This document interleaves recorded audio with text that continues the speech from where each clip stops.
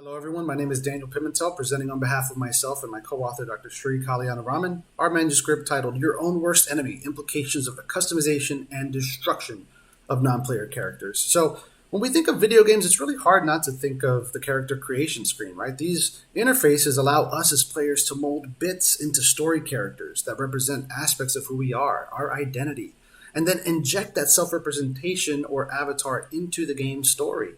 Customization is an important feature and one that makes virtual content and characters more self-relevant to us. This relevance manifests itself into many things, including heightened enjoyment, engagement, and greater identification and connection with the character that we created. However, modern games and the customization interfaces they employ largely focus on enabling customization of the protagonist. With some exceptions in certain modding communities and other modding affordances, stock features in modern games seldom allow us to customize enemy characters. Why is that? Well, for one, antagonists and other enemy NPCs just have to die. There's usually no happy ending for them. And if customization is an act that brings the user closer to the character through that self-other overlap, death is something that's going to bring them apart. And research shows us that users respond to character deaths, created character deaths, in many negative ways. We just seldom enjoy destroying things we've created, right? And this is something referred to by consumer psychologists as the IKEA effect, right? This idea that any benefits accrued during the process of creating something dissolves once that something is dismantled. So these factors collectively contribute to the conditions where, customization interfaces emphasize the protagonist. So let's consider two competing forces then, based on what we talked about. On the one hand, we have the bonding positive effects accrued during customization. On the other hand, you have the potential negative fallout of destroying customized content. So really, what are the implications of customizing and destroying enemy NPCs? Well, to answer that, we can look at self-discrepancy theory to help us out. SDT argues that there are effects and implications associated with actions that connect or disconnect us from a self-reference value. That self-reference value can be things like an avatar because they're rooted in ourselves. Generally, we try to reduce the gap between ourselves and a positive self-reference, and we try to increase or distance ourselves from, negative self-references, things that represent undesirable aspects of our identity. So considering this, we expect that the effects of customizing and destroying an in-game enemy should be contingent on how that character is created, whether it is customized to represent a positive or negative aspect of the player's self-concepts. So, to test this, we conducted a two-condition between subjects experiment where 34 participants came into a controlled lab setting, played and evaluated a game that we developed, the space exploration game, which involved their creation of an in-game character that they were not in control of. And this character was created to either represent a positive, desirable aspect of their identity, such as confidence within oneself, or a negative self-concept, such as anxiety within themselves. And then during the gameplay, they would eventually encounter this character and destroy it.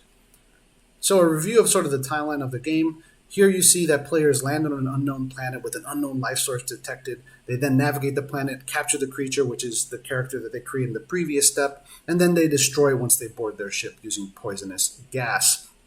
Here's a visual timeline of the experimental procedures. At time 1, participants arrive, fill out a brief questionnaire measuring demographics and baseline anxiety. Then they go into the character customization phase where they create the character, during which we also measure, galvanic skin response and arousal.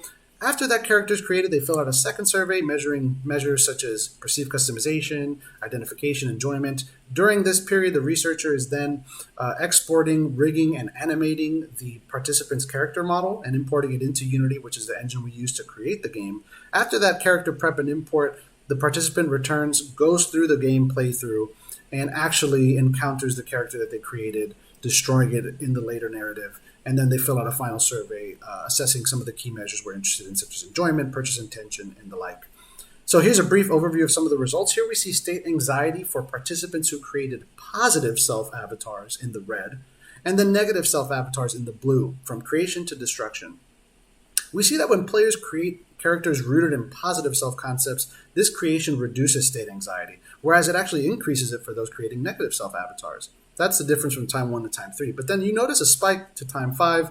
We see that destroying a created NPC led to significant negative affect when that avatar was based on a positive aspect of the user. We also see that creating positive NPCs yielded more enjoyment and positive attitudes. That creation process was really enjoyable. In essence, like our avatars, we seem to prefer creating our enemies in our ideal image as well. But we also see that heightened identification with those characters resulted when they're rooted in confidence rather than anxiety, despite both aspects of those things comprising our identity as humans. So, an important insight from all this is that we identify more with NPCs when they're rooted in the best parts of us, right? The more we identify with our created creatures, though, our created avatars, the more negative affect can result when we destroy them. So, overall, the implications are threefold. One, customizing in game enemies is an important feature worth investigating for game designers. This affordance influences how players connect to the character and the story.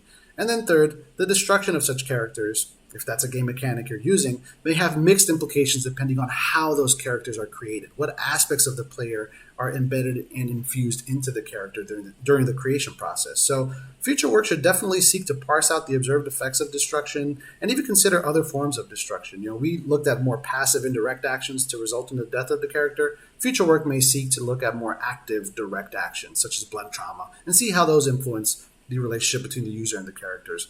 Overall, though, it is evident that this is a feature worth investigating, creating and customizing NPCs. And we have identified several profound effects in terms of how players experience a story as a result of how those NPCs are created and interacted with. So we look forward to your comments and questions, and we thank you for your time.